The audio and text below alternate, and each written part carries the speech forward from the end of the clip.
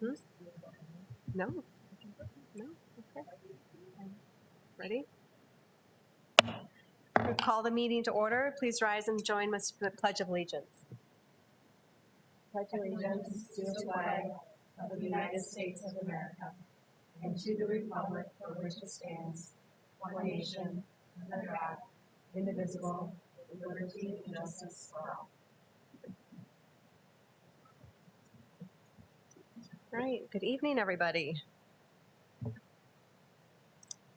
All right, we'll move on to the approval of minutes of meeting held on October 24th and November 2nd. Can I get a motion and a second? So moved. Second. All those in favor signify by saying aye. Aye. Opposed, same sign. That motion passes. We did not have any persons wishing to address the board tonight on either non-agenda or agenda items, so we'll move on to item 6, approval of the agenda. Can I get a motion and a second, please? So moved. Second. All those in favor signify by saying aye. Aye. Opposed, same sign. That motion passes. And on to the good news report. Deanne. And while she comes up, I said, what a great thing. We have so much good news tonight. Buckle up. Buckle up is right. Well, good evening. As Dr. Saban mentioned, we have a full slate of recognitions for tonight's Good News Report, so we will get right to business.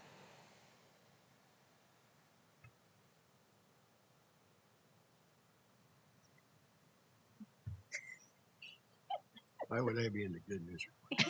And on the screen before you, you can see that we would like to offer a special congratulations for longtime teacher and coach turned school board member, Mark Murin. He was recently inducted into the Washington High School Hall of Fame.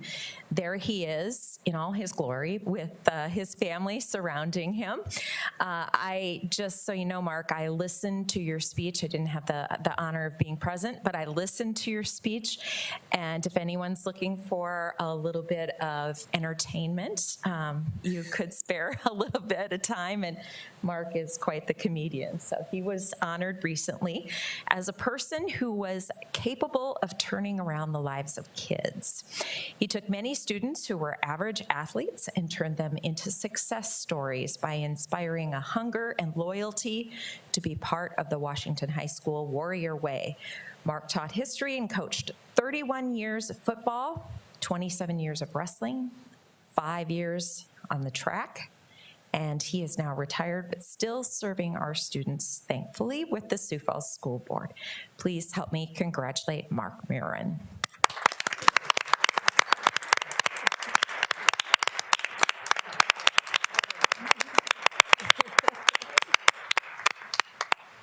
Those photos were just too good not to share. So thank you to Matt Schultz from Washington High School. He shared those photos with us as well.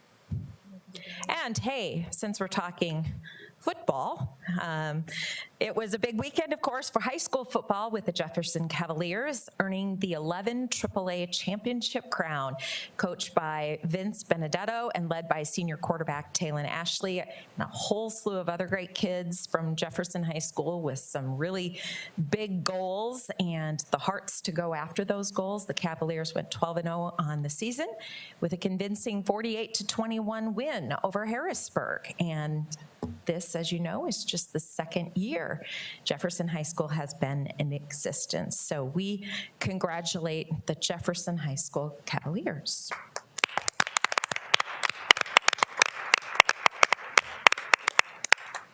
And just a point, Talon Ashley also, I think, won the Joe Robbie Award for Joe MVP for the division.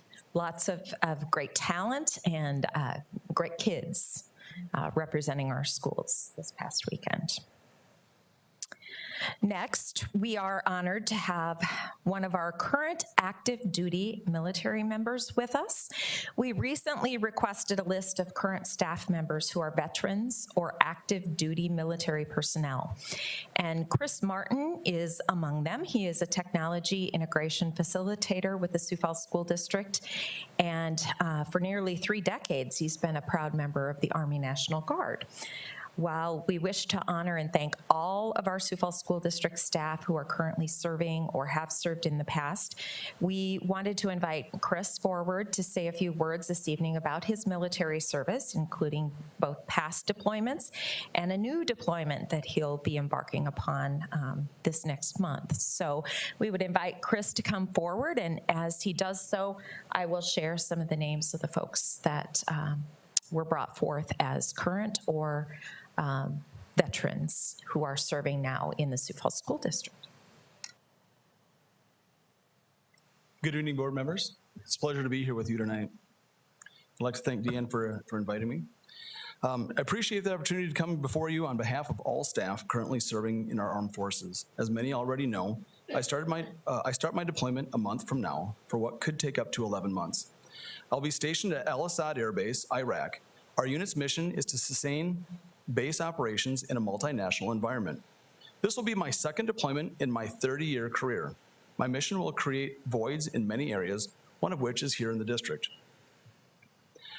Now, just like in a puddle of water, a boot stomping in it displaces some water, and then it leaves the puddle and creates a temporary vacancy, but only for a fleeting moment. That water that surrounds that void quickly fills in until the ripples are gone and it levels off. The puddle remains, but there is less of it, and it's not quite the same. During the course of this time, there are many that will be stepping up and filling in the void of my absence. And I can't tell you how grateful I am for the staff who will be picking up that slack so that our students and our staff needs are met. For this, I would like to say thank you. I would also like to thank the staff in our HR department for helping me get ready for this transition. I would also like to thank the administration and the school board for your support. Without that support, those of us serving have a harder mountain to climb. This year is my 24th year in education. I love kids, I love people. I'm a people person, so it's hard not to. Servitude is in my heart. Along with my family, the students and staff of this great district are the things I greatly treasure. And as in Luke chapter 12:34 says, for where your treasure is, there also will your heart be. And folks, although I'll be away soon, my heart will still be here in Sioux Falls. Thanks again for your commitment to support troops. Thanks for your leadership, and thank you for allowing me to be here before you tonight. I'd also like to thank my wife, and my son is here with me tonight. And without her, she is my rock, and I can't do without her. So thank you again for your support, and God bless you. Thank you.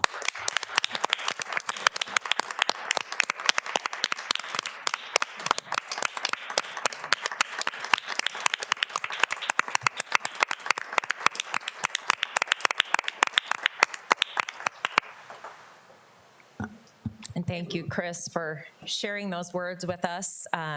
We went out in search of the names of the people that are serving, and I'm quite certain we didn't get them all listed here, and we'd be happy to update that list just to keep a current record of that. So want folks to know if they are a current staff member, either serving as a veteran or an active duty person, to please let us know. Sometimes that comes in on an application.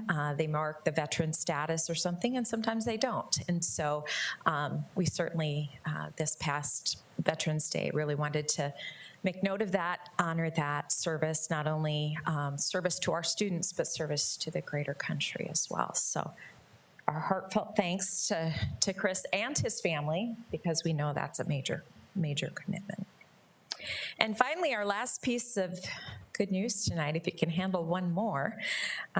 Garfield Elementary is our school spotlight this month. Garfield is located in the heart of Sioux Falls and serves a diverse community of learners. Principal Kristen Skogstad is here along with a few of her teachers to tell you more about what makes Garfield such a special place. So, Kristen.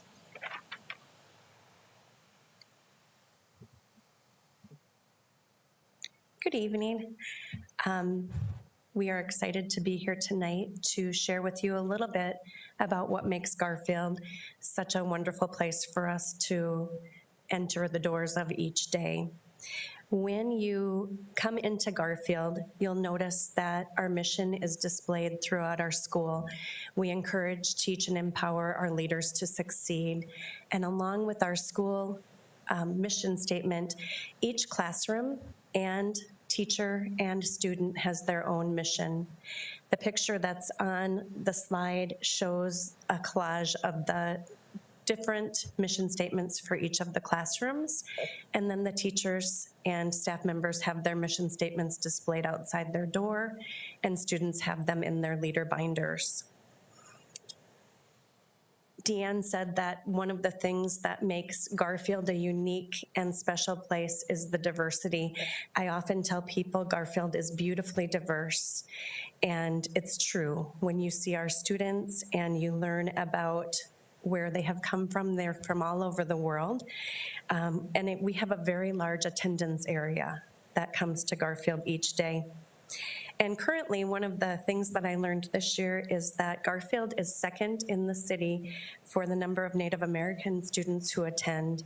And so we proudly display all of the flags from the tribes that our students represent. And we also, I have a picture coming up that shows all of the flags from the countries that are represented at Garfield. Along with the diversity, we have diverse languages. There are 21 different languages, including English, that are spoken at Garfield. And so I am challenged daily. Someone's trying to teach me Ukrainian, I'm learning Spanish, I'm learning all kinds of things from our students, and I don't even have to leave the school. And here's that picture. The first one is our ELL students and all of the different countries that they represent. And the multipurpose room has the flags from all of our countries. We do have to change them each year because we have some students leave us and some students come. And there's just a picture of the faces that greet us each and every day at Garfield. One of the questions that Deanne asked was, what sets you apart as a school? And Garfield was the first elementary school, or the first school in South Dakota, to be a Leader in Me school. And that's something that we take pride in. It's an opportunity for us to provide support for every part of the child, not only the academic part, but the social, emotional parts of a child as well. It also helps us to foster our relationships with families and our community. It's grounded in the Leader in Me framework, and it follows the See, Do, Get model, which is very similar to our Plan, Do, Study Act that we use here in Sioux Falls. So it was a nice transition for us. I have some of my staff members along. Sarah Goman and Diana Johnson are our Lighthouse leaders, and they're going to tell you a little bit more about the Leader in Me and what it means to our school. And then I have Alicia Bell, our assistant principal, who's here, and she has some things to share too.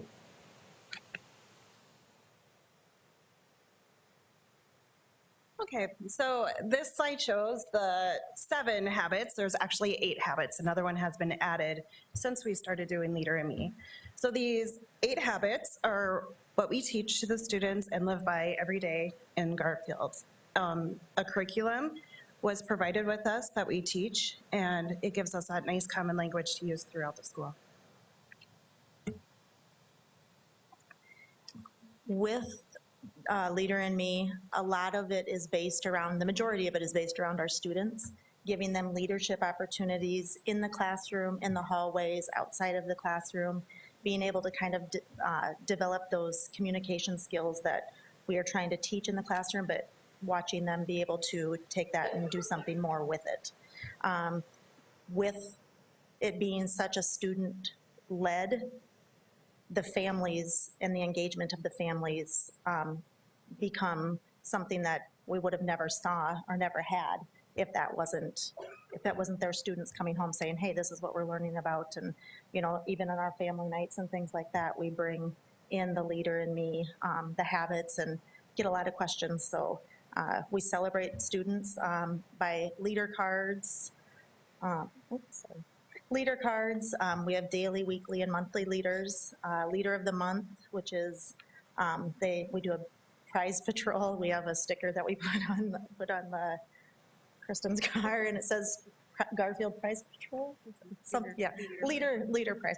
But they get balloons and candy, and people go to their homes and it's just something pretty special. And then the leader lunch where they get to have lunch with either people that come into Garfield or this year we went to Augustana, was it? Augustana.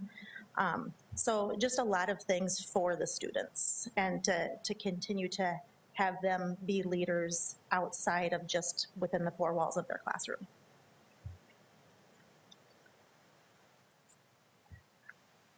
Habit number 2 is begin with the end in mind, which is the whole habit is based on goal setting, making a plan and following through on that plan.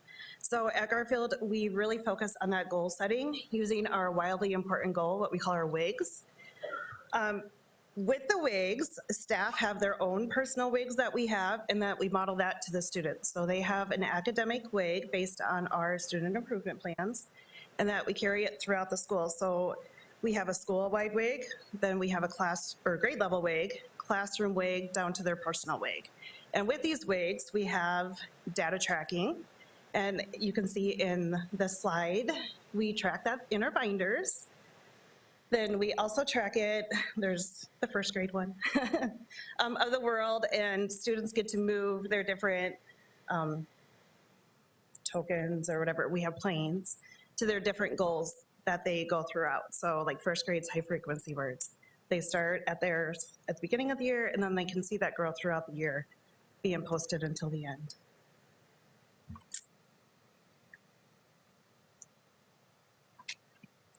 So each Monday morning, we begin our week with a leader assembly.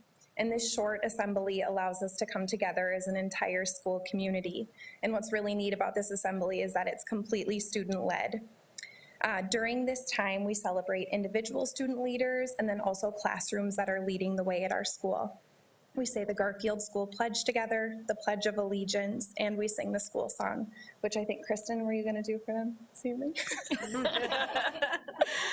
These assemblies are just a really great way for us to start our week in a positive way by celebrating all the wins that happen at our school.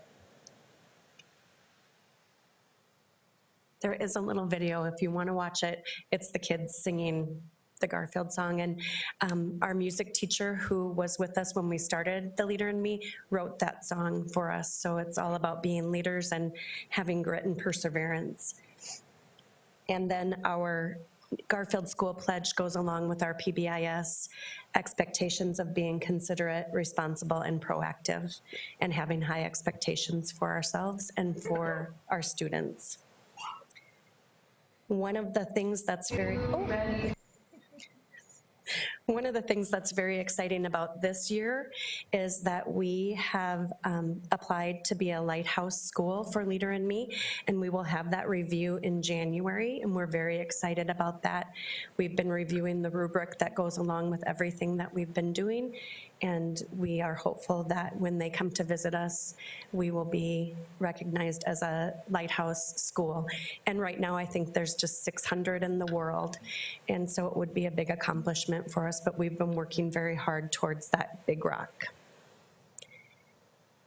Just a few more friendly smiles, and what I want to do is I want to leave you with the fact that I'm blessed each day to come to a school that has such a caring and dedicated staff.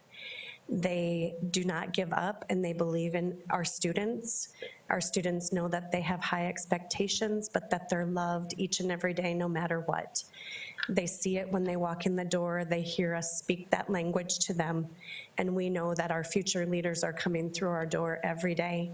And so what we do with them when they're in our building is going to impact the greater good of our world, not only here in Sioux Falls, but we're confident that maybe there's a president in our halls at Garfield right now, because they really are amazing students. So we only had a short amount of time. We invite you to come anytime to visit us at Garfield and just to see firsthand what amazing things are happening. So thank you. I just want to say that I know I strongly believe in the expectations that you set, whether it's for your children or for your students or whatever it might be. They will strive to meet that expectation. And so it's good for kids to have high expectations set for them, because it pushes them and it makes them, you know, really grow. And so I love that as a school, that's really kind of your thing, is that this is what we're going to do and we're all going to do it. That way everyone is striving for probably different things, but they're all outside of maybe what their own reach is. And so that's something I try to do as a parent. And I love that teachers challenge students as well, because our kids are amazing, whether they're our own kids or whether they're your students, and they are capable of so much if people would just give them the confidence and give them the empowerment to reach those goals. So I love the whole concept of the leader in me, because you're right. These kids are going to be going out into our community in a variety of ways, and we need them to be great leaders and great communicators. So thank you so much for all of the work you've put in over the last few years, and really getting your school to get on board, and your families as well. Thank you.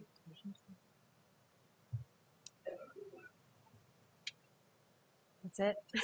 Okay, you sure? Lots of great news. Yeah, lots of good news.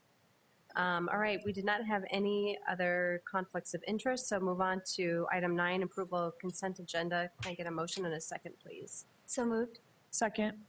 All those in favor signify by saying aye. Aye. Opposed, same sign. That motion passes. On to the supplemental consent agenda, items 10A, approval of claims to Sanford Health. Can I get a motion and a second, please? So moved. Second. All those in favor signify by saying aye. Aye. Opposed, same sign. That motion passes with one abstention from board member Ryder. On to the reports of the superintendent. All right, we have 3 things tonight. The first thing I'm going to do is ask Becky Dorman to come up. We need to have a short hearing. This is kind of part 2. I think this is 2 or 3 or 4 maybe of the requests that we need to make for waivers for teachers who are pursuing that alternative pathway to their certification. This is a requirement that we have. Thank you, Dr. Stavum. Yes, whatever number this is, I hope this is final for this school year, as the HR department works with the Department of Ed to find the pathways for all of our teachers to reach full state certification. This hearing is really in 3 parts because there are 3 rules in which we are applying for waivers for. The first is the plan of intent waiver. We have 9 individuals that need 1 more year, this school year, to complete either the requirements of their praxis exam or to wrap up their coursework. We also have a CTE instructor eligibility waiver that we need to do, where we can apply a new hire's military experience to the eligibility requirements to help him find a pathway to full state certification. And then also, the third and final would be the American Sign Language permit to allow some past coursework completed to apply toward the current regulations for becoming certified. So we thank the Department of Ed for working with us and helping us to find compromises and pathways for all of our teachers to reach full state certification. So with that, are there any questions? Great, then I ask that you acknowledge the public hearing and authorize administration to proceed with our waivers. All right, we will open it for public hearing. Anyone wishing to speak on the topic can come up.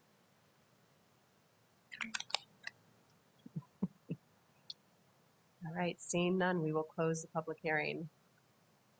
Thank you, Becky.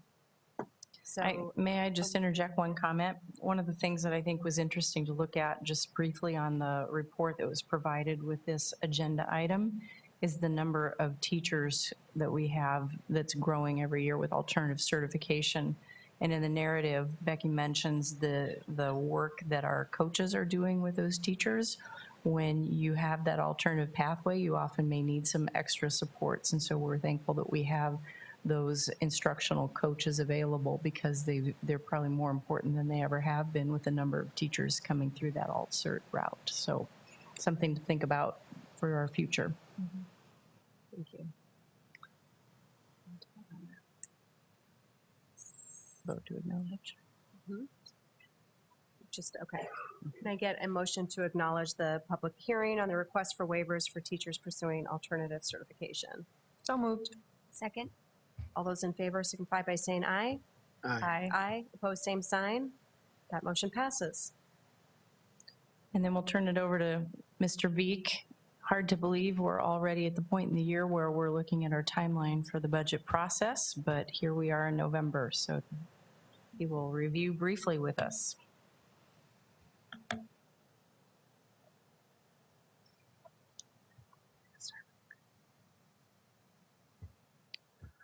Thanks.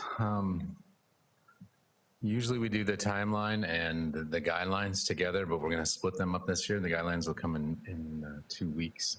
So we're just going to go through the timeline tonight. And some joker put this on my desk today. I thought it was appropriate for this meeting, so I'll give you a second to look that over. And we didn't want to, what is it? Want to do too much company workflow tonight, so we were just doing the timelines instead. So here's what it looks like. You've got the whole document, but I just pulled out some of the highlights, I guess. So on the 23rd of November, cost center supervisors will submit their list of budget committee members to us. On the 28th, we'll present the budget guidelines to the school board when we have those nailed down. Enrollment predictions for next year for the by grade will be done by the 2nd of December. Then on the 7th, we'll meet with the budget preparers and to distribute worksheets for them, their electronic worksheets, and review the process with them that we came up with next meeting. On the 6th of January, the cost center supervisors then will complete their 100% of program budgets, which is not 100% of the program budgets, but the budget what is it going to cost next year to do what you're doing this year. So we'll have that, we'll have a baseline. We can kind of set our 5-year plan off that, beginning on the 6th of January. And then on the 30th, a rough draft of all budgets will be due. Then in February 17th, all capital outlay requests are due. On the 3rd of March, all budgets, everything will be finalized and due. And then we'll also distribute the building enrollment projections if they haven't already been done. On the 8th, when the session's over, we'll get a preliminary revenue budget because so much of our revenue comes from the state aid formula. Then on the 16th of March, we'll have the K-12 Budget Review Committee. It's got President Sarabentz and Vice President Ryder are on that committee, and teachers are on it, and administrators, building administrators and central administrators are on that committee, and they'll make recommendations. Then on the 29th of March, we'll have our first public works session. We'll go over that in detail.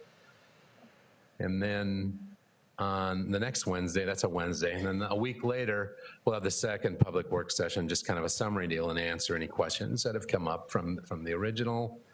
And then on the 10th, shortly, 5 days later, we'll have our public hearing and tentative adoption of the FY24 budget. Then on the 10th, when the new school year starts and at its annual meeting, the board will officially adopt the 24 budget and certify the levies to the county auditors. And then finally, by August 9th, we have to publish that budget in the newspaper. So that's the timeline. And like I said, we'll bring back to you next time in 2 weeks, the guidelines for the budget preparers to follow. So that's it. I'll stand by for questions. I'll just say that the administrative recommendation is to approve the FY24 budget timeline as presented. Any questions for Todd? Pretty standard, what we've done year over year, Yeah. no changes, so. All right. I was just say, I appreciate that we are keeping the double work session just to allow for more public input as well as more eyes on it moving forward in time as well to review. All right, can I get a motion and a second to approve the FY24 budget timeline? So moved. Second. All those in favor signify by saying aye. Aye. Opposed, same sign. That motion passes. Okay, the last item on the agenda is just to briefly review and remind the board of their official legislative platform positions. It looks like we have a few slides on that as well. Yeah, it won't take long. No jokes for this one. So our first, well, we've been meeting with legislators. We've got more meetings scheduled, like one-on-one or two-on-one, or maybe three from a district at most. We're doing those. We started a little bit earlier because some of the races were already settled before, because there's no opponents, but we've been doing it for a couple of weeks now, and we'll do it for probably a couple more. And then we'll finalize this and get it to look nice, and then we'll have that, is it December 13th, have all of our delegation invited in for a breakfast here and go through that. So the first one here is on juvenile justice. As you can see, the whole thing is included there, and you've got it in your documents, but it's essentially to review the funding mechanism for the diversion programs, and then just encourage more of it, probably because it's very necessary. And maybe you know, they did the summer study, so they're looking at solutions for this and encouraging that whole process to go forward. But we do believe there needs to be some changes with that funding mechanism. Next is state aid, and it's usually one of our priorities. And our proposal is to, same as it was last year, to increase the state aid formula 3% or inflation, whichever is greater, as opposed to what's in current law, which is 3% inflation, whichever is less. And just real quick on that, we all know that most of our, over 80% of our discretionary revenue in the general fund comes from the state aid formula. And over 80% of our expenditures are salaries and benefits, and most of those are on teachers. So if you want the teacher increases to kind of get back, picked up and back to where they were, and after the 2016 legislation was passed, then you've got to be giving it the increases that you expect the salaries to go up. If you give 1.7, 1.8, the salaries aren't going to go up 3% or more. And we did get 6% last year, but hopefully that is a trend that will continue. Next is a new concept. Typically in a given legislative year, there's a bill or two, or maybe even three, to get more participation in local elections. And so we looked at ours. We looked at the last. We didn't have one this year, but we looked at the last 10 years, and you can see, surprisingly, or not so surprisingly, the even numbered years, the turnout's usually pretty good. The lowest there is 11.3%. And when the mayor election is up, we actually get over 30% in those years, and we always combine with the city. In the odd years where there's nobody we have 3-year terms, so we have elections every year. In the odd years, there's nobody to combine with. So you can see our best turnout was 14.9 in 2015, but that was because we had the Labor Day vote was on the ballot, and that's what turned out the voters. So if you look at, and I should say, in 2020, both of us, the city and the school district, combined with the county because all the April elections were canceled due to COVID. So we had a decent turnout there that year. So if we throw that year out, 2020, and we throw out 2015, the average is 22.3 in the even numbered years, and it's 4.2 in the odd numbered years. So our proposal is to go to 4-year terms, get them, so you'll get them eventually, so they're all in the even year, and you can get your turnout, our turnout anyway, would be 5 times on average greater than it is right now in our elections. So that is and I'd imagine that would apply to other bigger cities for sure that would combine, that would be interested in combining to get their turnout up. So that's that one. And then, so those are kind of our 3 main ones. And then there's other area of interest. It's keep the dropout age where it's at, which is currently at 18. Expand early childhood education priorities. The state really doesn't have any kind of funding that goes into that of any serious amount anyway. Then more credit with dual programs, dual credit program flexibility, so that some of those students that are sophomores currently aren't allowed to participate. We would like that to allow them to do it, because there are a few out there that could definitely benefit from that. And then finally, it's replace the Smarter Balance test for juniors with the ACT test as the state test that everybody takes.